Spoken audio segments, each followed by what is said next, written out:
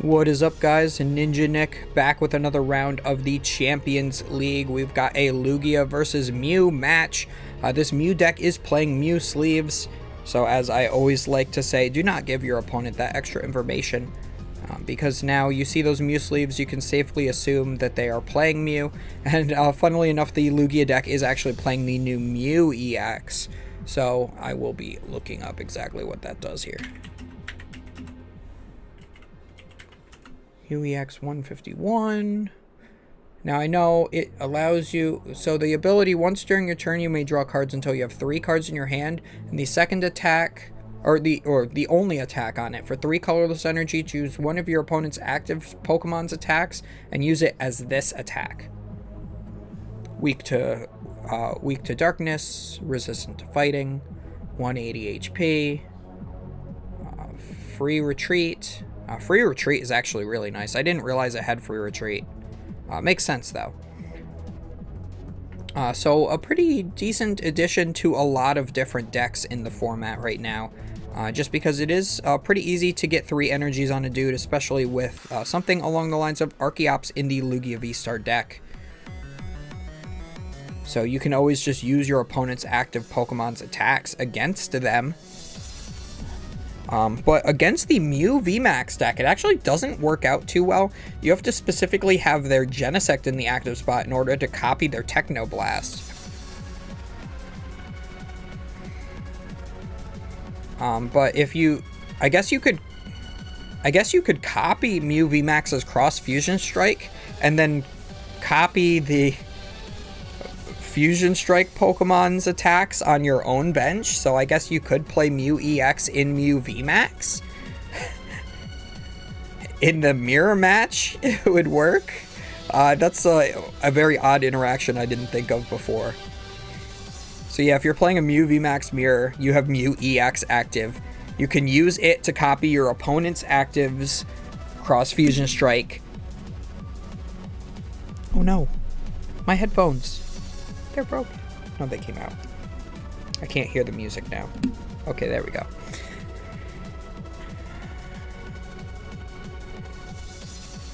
Yeah, it's a really fun interaction. But Mew just doing Mew things. I think we all know what Mew does at this point, right? So Mew, that Cribomatic, you can discard an item card, flip a coin, if heads, search your deck for any card. Battle VIP Pass gets a couple basic Pokemon from your deck, but only works on turn 1. The Cross Fusion Strike copies your Fusion Strike Pokemon's attacks on the bench. Attacks for a double turbo energy. You got that Choice Belt for V decks to do more damage. You got the Power Tablets to do 30 more damage with your Fusion Strike Pokemon. Looks like we're even going to switch cart to get the Mew into the active and then draw another 2 with another Genesect here and then pass. I'm not sure if it's correct to use the switch cart just yet. Actually, yeah, it is. I guess if there's some way that you can power up the Mew turn 1, the Mew EX turn 1, you could copy Technoblast and knock out the active Genesect. So that is something potential that could happen. Now this Lugia deck is going to need to get down a Lugia V this turn. I'd prefer to see 2 come down because the Mew deck is really good at just saying boss knockout. Especially with that Choice Belt in play, will already be doing enough damage. It does 210 from Technoblast, minus 20 for the double turbo will be 190, plus 30 from the Choice Belt is 220. So a net boost of 10 damage. We are going to see a benching of the Drapion V a little bit early in my opinion, but that is because we are using the Professor's Research to discard our hand and draw a fresh 7. We are losing out on some energy cards as well as we are discarding the Pumpkaboo that can be used to bench to bump a Path to the Peak or just any stadium card. And Path to the Peak, of course, does shut down the Lugia V-Star's V-Star power from being able to be used because it is an ability. Path to the Peak shutting off all abilities of V Pokemon. So I honestly think even though it feels really bad, if you were to just retreat into the Drapion and take the 2-prize knockout on the Mew, you can still kind of keep pace in this matchup a little bit, and then just hope your opponent just doesn't put the Lost City down. I mean, I'm always for using the Drapion to take your last 3 prize cards. You want to use your Genesect as the cleanup, not your main attacker against Mew. It feels really bad that way. But yeah, it looks like we're going to attach a gift energy to it as well. I really like that choice because that allows you to draw, it looks like 3 cards if it's knocked out. So we are going to use Drapion's attack, does 190, the ability Wild Style does make it so it does takes 1 less energy card for its attacks for each rapid, single, and fusion strike Pokemon your opponent has in play.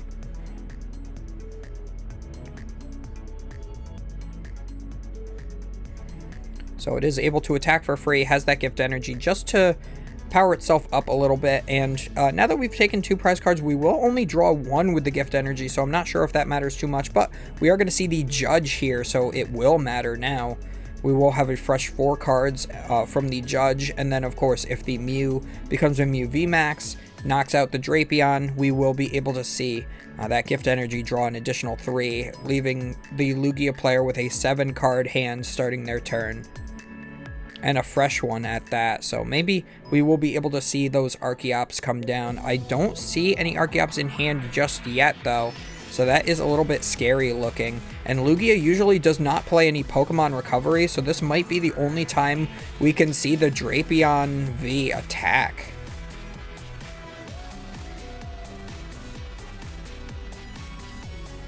Here comes the Ultra Ball, getting rid of a Forest Seal Stone and a Mew V, just because you already have a Forest Seal Stone in play, it's perfectly fine. Has not used the V-Star power just yet, so if we are ever short on 1 card that we need, we can use that Forest Seal Stone to find it. You always want to use the Forest Seal Stone at the last possible moment you want to as well. If you can use those Genesects to draw into any of the other cards you're looking for that turn, do your best to try to do that, and only use the V-Star power if you are missing exactly 1 card from your combo. Because if you use the Forest Seal Stone too early, you'd like to get a combo piece before using your Genesects. You could always just miss out on the other combo pieces. I think the only time it's correct to like use the Forest Seal early is if you're maybe like looking for specifically Power Tablet, and that's all that you need for the turn, so then you can use the 1 Power Tablet that gives you the damage output that you need, and then you can draw some more cards after that. But even still, I think you want to do the drawing first in case you could draw into the Power Tablet. Turn 1, getting a Battle VIP pass is usually the correct way to go about things, if you have to use it early. So we are going to promote the Mew V.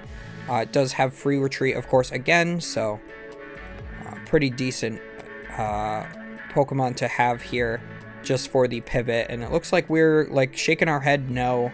Looks like we do not have a pretty decent hand here yet. Very unfortunate. You had the gift energy and were judged, so you would have liked to see maybe a double Archeops. So if you could actually flip heads on this Capturing Aroma, you can find the Archeops, discard it with the first Ultra Ball, finding another Archeops, discarding that with the second Ultra Ball, and then grab the Lugia V-Star. But of course the Path to the Peak is in play as well, so you need to be able to bump the Stadium. And, I mean, if you don't have the Mesa Gosa, what do you do? Or the Collapse Stadium, even. The Collapse Stadium would actually be pretty good here, because you could potentially knock one of those Genesects out of play, making it so your opponent can draw less with each Genesect and has 1 less Genesect to attack with. But it looks like we got the Snorlax instead with the Capturing Aroma. I'm pretty sure we have 2 Ultra Balls in hand, so I'm not sure why we didn't just... Well, I guess we chose a basic Pokemon, right? We flipped Tails. So that would be why we got the Snorlax. Yeah, otherwise, I mean, if we got an evolution Pokemon, that's 100% going to be the Archeops. And yeah, I think at this point you've just lost the game already.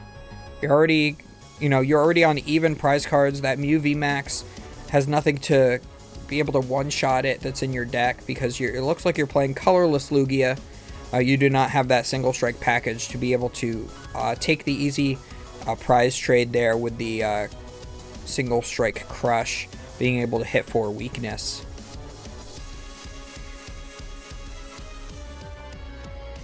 It looks like you also have the Reversal Energy Luxray combo in your deck. So, looks like we do have also one Archeops got discarded here off the Ultra Ball. We haven't played the second Ultra Ball yet, have we? Or no? Or do we Ultra Ball for that Archeops and then immediately Ultra Ball again? And I just missed that one part. Oh, we're going to use the Zinnia's Resolve here. Zinnia's Resolve does allow you to discard 2 cards from your hand and then draw cards equal to the amount of Pokemon your opponent has in play. So, we do find the Mesagosa off of that. We do have another Ultra Ball, so if we fail the flip on Mesagosa, we still have the V-Star power available to us. Yeah, so we just have to... I mean, we could Capturing Aroma and risk the heads flip, or we could have just Ultra Balled it away, which I think would have been a little bit more consistent. That's going to be a reflip because it hit the opponent. Going to be a reflip yet again. I think it went off the table. And this is why I hate flipping a coin. Looks like it is a heads.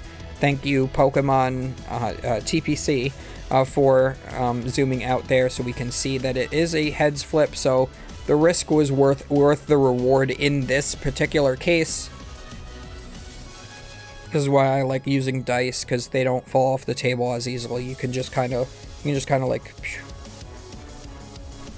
and they stay on your playmat most of the time. I have had dice fly across the table and hit my feet during regionals and stuff, and people are like, oh, can I have that, from like 4 tables down?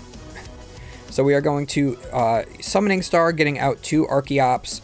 We're going to use the first Archeops here. And now what do we do? I mean, we can't use Cross Fusion. We can copy Max Miracle if we attack with the Mew. I don't think that's the correct attack. So maybe just attack with the Lugia V-Star. It will be a 2-shot. You're going to risk your opponent using Psychic Leap to put the Mew VMAX back into the deck. But if they do that, they only have 1 Mew V in play, and you could always just boss that up, knock it out, and then your opponent has no Mew Vs or VMAXs. So you're putting your opponent in a little bit of a interesting position. They did attack with Technoblast on the last turn. So the active Mew can't attack unless there's a switching card. You would have to like switch retreat or retreat switch. Either way, you have 2 free retreaters. So yeah, I think definitely attack with the Lugia V-Star. It has the highest HP out of all of your Pokemon. We're going to grab a double turbo and a gift energy. Also, we have discarded quite a lot of energy cards so far off of like the research, the Ultra Ball, the Zinnia, stuff like that. There are at least a few energies in that discard pile. And we are going to Ultra Ball yet again, getting rid of a Luminion and that Snorlax. We're going to get the second Lugia V-Star. And yeah, you still need 1 more energy in play, so I think you're going to have to use the Archeops to get that last one onto the Lugia V-Star that you already have energies on. Probably a V-Guard energy if you have one left. I'm not sure if you do, though. Putting 1 to the Mew is interesting. You're putting a gift energy there. Do you not have the attach for...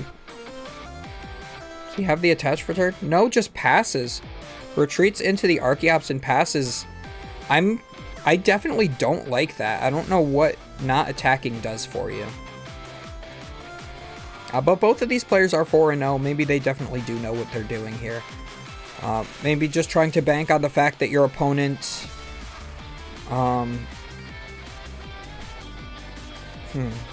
Yeah, trying to bank on the fact that your opponent cannot attack with their Mew VMAX in the active spot, but if they just switch and retreat, they can just hit into your Archeops, and now you're down 1 of your 2. You always want to have 2 in play if you can.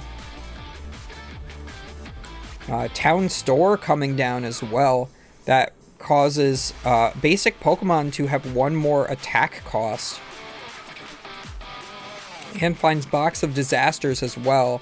That is actually a little bit disastrous here, because if you can put that on whatever you're attacking with this turn, it will be able to take 8 damage counters when it attacks into that Pokemon. But it looks like we are just playing it down onto the Genesect just in case. Just getting it out of the hand, thinning some stuff out. We are going to attach a Fusion Strike Energy, and we're going to boss the Mew. Now we can actually retreat into the Meloetta. Use Melodious Echo for 140. It's already got 60 damage on it from that Drapion earlier, and is able to take the knockout. So yeah, I'm not sure how I feel about putting the damage onto that with the Drapion in hindsight, but I think it was at the moment the correct play, because you do force your opponent to have like a choice belt or something in order to take the knockout on the Drapion if you don't self-damage yourself with it. But I think the choice belt was already in play, right? So might as well just damage yourself, and then the choice belt doesn't matter, and then this Melodious Echo play wouldn't have been a possibility. So that's more of a hindsight is 2020 type thing. I think that that's the type of mistake I could have made myself in the match. But we are going to see the Collapse Stadium now. We'll discard one of those Genesects. You're not going to want to discard the one with the Box of Disaster on it. You've already used your V-Star power, so you already lost vacuumed away your own Forest Seal Stone, so might as well get rid of that Genesect that used to have the Forest Seal Stone on it. It has no tool card, so either one of those two on the left were fine.